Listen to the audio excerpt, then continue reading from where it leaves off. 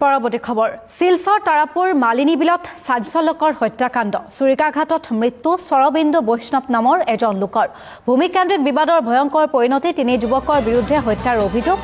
আৰু ৰাহুল বৈষ্ণৱ সমীৰণ বৈষ্ণৱ আৰু ৰবীন্দ্ৰ বৈষ্ণৱৰ বিৰুদ্ধে হত্যাৰ অভিযোগ উত্থাপন হৈছে ঘটনা সন্দৰ্ভত এজাহাৰ দাখিল কৰিছে ভুক্তভোগীয়ে আমি দৰ্শকসকলক জনাই গৈছো শিলচৰ তাৰাপুৰত এটা চাঞ্চল্যকৰ হত্যাকাণ্ড সংঘটিত হৈছে তাৰাপুৰৰ মালিনী বিলত এই ঘটনাটো সংঘটিত হৈছে চুৰিকাঘাটত মৃত্যু সৰবিন্দু বৈষ্ণৱ নামৰ এজন লোকৰ ভূমিকেন্দ্ৰিক বিবাদৰ এয়া হৈছে ভয়ংকৰ পৰিণতি তিনি যুৱকৰ বিৰুদ্ধে হত্যাৰ অভিযোগ উত্থাপন হৈছে ৰাহুল বৈষ্ণৱ সমীৰণ বৈষ্ণৱ আৰু ৰবীন্দ্ৰ বৈষ্ণৱৰ বিৰুদ্ধে হত্যাৰ অভিযোগ উত্থাপন হৈছে ঘটনা সন্দৰ্ভত এজাহাৰ দাখিল কৰিছে ভুক্তভোগীয়ে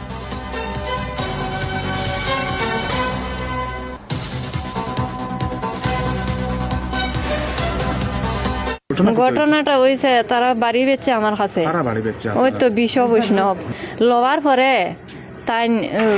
আরো 3 বই নাইনা অনুভব আইছে আমার পাশে তো তারা এলাম ডেলি ঝগড়া করে আমরা মাতি না